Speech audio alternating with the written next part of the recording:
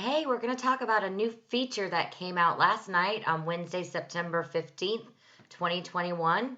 So, for those of you that are newer to the MaidCentral platform and are ready to start using the rate adjustment control, we have made some updates to it that will allow for you to do this. So, you can come in and adjust your current customers' rates right off the bat. So, a couple of things that were added to the feature section is setting a variance to 0 does not filter records based on the variance field. We'll show you this in a second. Previously, you always had to tell it, do I want my allowed hours difference to be a variance of 30 minutes, a variance of an hour, etc. So that no longer is going to be required. Setting it to 0 just does not filter based on that field. We've also added the ability to specify which hour field is used to calculate the new rate.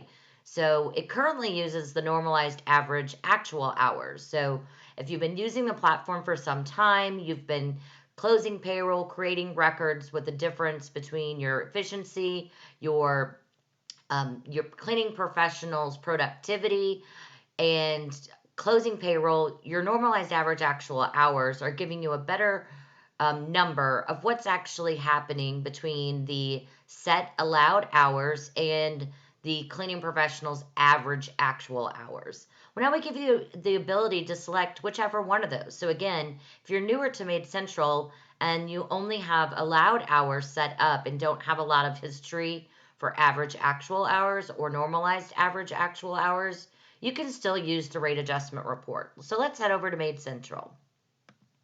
I can find this report under Reports, All Reports.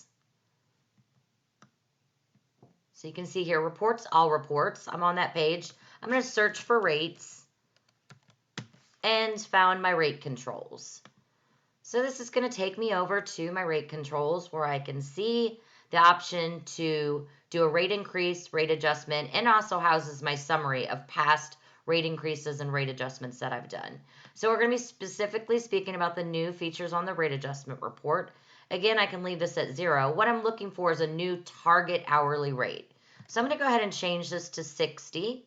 I'm going to use my allowed hours again, because I can specify which column it's looking for. The new rate will be calculated using the selected field and multiplied by the target hourly rate. I'm going to update this date because, again, if I'm newer to MaidCentral, I'm not going to have filtered jobs that are closed that far back. So let's go ahead, just start out in the 1st of February. I'm going to put 0 here, that haven't had rate increases in how many months. It should, I haven't done this yet, so I should have a lot of results that come back. And then when will the new rate take effect? And we want it to take effect at the end of next month, which would be October 31st. I can now give this report an update. And let's look at the results that come back.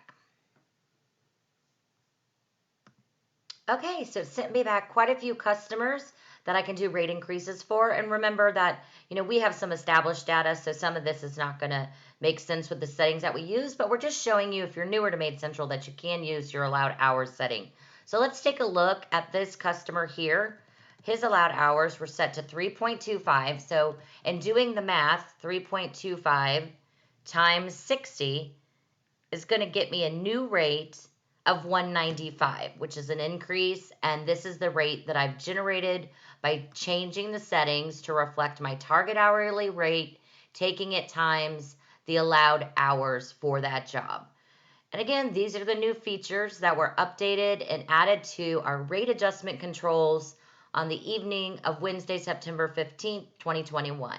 Thank you.